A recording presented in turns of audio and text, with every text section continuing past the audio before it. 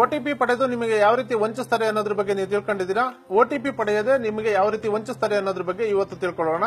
ಮೊಟ್ಟ ಮೊದಲನೇದಾಗಿ ಒಬ್ಬ ವ್ಯಕ್ತಿ ಕರೆ ಮಾಡ್ತಾನೆ. ನಿಮ್ಮ ವ್ಯವಹಾರಿಕ ದೂರವಾಣಿ ಸಂಖ್ಯೆಯನ್ನ ಜಸ್ಟ್ ಡಯಲ್ ವೆಬ್ಸೈಟ್ ಇಲ್ಲ ಆಪ್ ನಿಂದ ಅವನು ಪಡೆದುಕೊಳ್ತಾನೆ. ಪಡೆದುಕೊಂಡ ನಂತರ ಅವನು ಕರೆ ಮಾಡಿದ ವ್ಯಕ್ತಿ ಹೇಳ್ತಾನೆ, ನಾವು ಬಿಸ್ನೆಸ್ ಲೀಡ್ ಕೊಡ್ತೀವಿ, ನಮಗೆ ಕಮಿಷನ್ ಕೊಡಬೇಕು, ನಾವು ನಿಮಗೆ ಬಂದು ಭೇಟಿ ಮಾಡ್ತೀವಿ ಅಂತ ಹೇಳ್ತಾರೆ.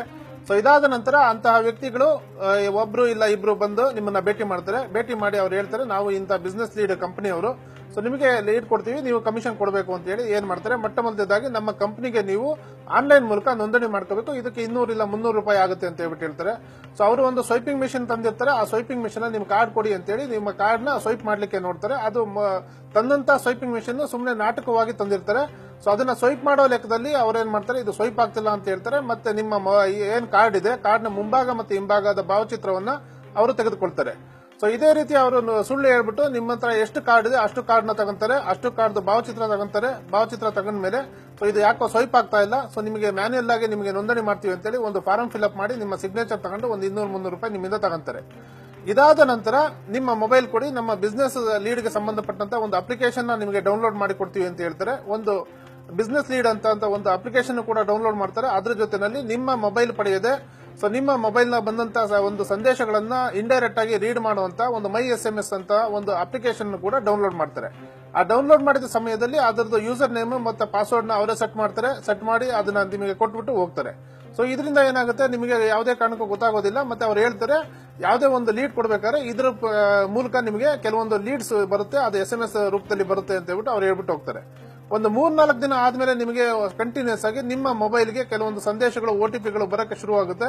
ಸೊ ನಿಮಗೆ ಒಂದೇ ಸಲಕ್ಕೆ ಆಶ್ಚರ್ಯ ಶುರುವಾಗುತ್ತೆ, ಏನ್ ಹಿಂಗಾಗ್ತಾ ಇದೆ ಅಂತೇಳಿ. ಬಟ್ ನೀವು ಯಾರಿಗೂ ಕೂಡ OTP ಕೊಟ್ಟಿರೋದಿಲ್ಲ.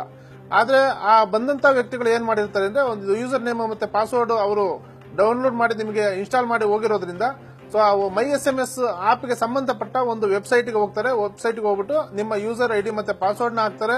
ಹಾಕಿದ ನಂತರ ಅಲ್ಲಿ ಏನು SMS ನಿಮ್ಮ ಮೊಬೈಲ್ ಬಂದಿದೆ ಅದು ಇಂಡೈರೆಕ್ಟ್ ಆಗಿ ಅಲ್ಲಿ ಕಾಣ್ತಾ ಇರುತ್ತೆ.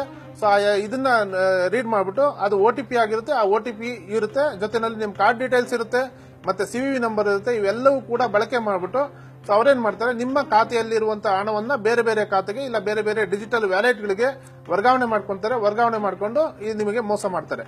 ಸೊ ನಿಮಗೆ ಯಾವುದೇ ಕಾರಣಕ್ಕೂ ಗೊತ್ತಾಗೋದಿಲ್ಲ ಇದು ಯಾವ ರೀತಿ ಆಗಿದೆ ಅಂತೇಳಿ. ನಿಮಗೆ ತಿಳಿದು ನೀವು ಬ್ಯಾಂಕಿಗೆ ಹೋಗಿ ಪರಿಶೀಲನೆ ಮಾಡಿ ಅದಾದ ನಂತರ ನೀವು ಠಾಣೆಗೆ ಬಂದು ಇದು ಕೊಡೋದ್ರಲ್ಲಿ ಅವರು ಕಣ್ಮರೆ ಆಗಿರ್ತಾರೆ. ಬಟ್ ಅವ್ರದ್ದು ಯಾವುದೇ ಒಂದು ಕುರುಹುಗಳನ್ನ ಕೂಡ ಬಿಟ್ಟಿರೋದಿಲ್ಲ. ಆದ್ರಿಂದ ನಿಮಗೆ ಇದರಿಂದ ತಿಳ್ಕೊಳ್ಳೋದು ಇಷ್ಟೇನೆ, ನಿಮಗೆ ಯಾವುದೇ ಒಬ್ಬ ವ್ಯಕ್ತಿ ಪರಿಚಯ ಇರಲಿ ಪರಿಚಯ ಇಲ್ಲದೆ ಇರಲಿ ನಿಮ್ಮ ಹತ್ರ ಬಂದು ನಿಮ್ಮ ಮೊಬೈಲ್ ಕೇಳೋದಾಗ್ಲಿ ಮತ್ತೆ ನಿಮ್ಮ ATM ಕಾರ್ಡ್ ಕೇಳೋದಾಗ್ಲಿ ಕೇಳಿದ್ರೆ ಯಾವುದೇ ಕಾರಣಕ್ಕೂ ಯಾವುದೇ ವ್ಯಕ್ತಿಗೆ ಇಂತಹ ATM ಕಾರ್ಡ್ ಆಗಲಿ ಇಲ್ಲ ನಿಮ್ಮ ಮೊಬೈಲ್ ಆಗಲಿ ಕೊಡಬೇಡಿ. ಕೊಟ್ರೆ ನೀವು ಇಂಡೈರೆಕ್ಟ್ ಆಗಿ ನಿಮ್ಮ ಖಾತೆಯಿಂದ ಹಣ ತೆಗೆದುಕೊಳ್ಳಲಿಕ್ಕೆ ನೀವೇ ಪ್ರಚೋದನೆ ಮಾಡಿದಂತೆ ಆಗುತ್ತೆ. ಆದ್ರಿಂದ ಇದರಿಂದ ಎಚ್ಚೆತ್ತುಕೊಳ್ಳಿ, ಯಾವುದೇ ಕಾರಣಕ್ಕೂ ಇಂತಹ ಒಂದು ಅವಘಡಗಳಿಗೆ ನೀವು ಸಿಲುಕಬೇಡಿ. ಸೈಬರ್ ಕ್ರೈಮ್ ಬಗ್ಗೆ ಮತ್ತೆ ಯಾವ್ಯಾವ ರೀತಿ ಸೈಬರ್ ಕ್ರೈಮ್ ಆಗಬಹುದು ಅದರ ಬಗ್ಗೆ ನಮ್ಮ ಪ್ರಕಾರ ಇದು ಜಾಗೃತಿಯನ್ನ ಮೂಡಿಸಲಿಕ್ಕೆ ಇದು ಒಂದು ವಿಡಿಯೋವನ್ನ ನಮ್ಮ ಸೈಬರ್ ಕ್ರೈಮ್ ಪೊಲೀಸ್ ಸ್ಟೇಷನ್ ವತಿಯಿಂದ ಇದು ಮಾಡಿದ್ದಾರೆ.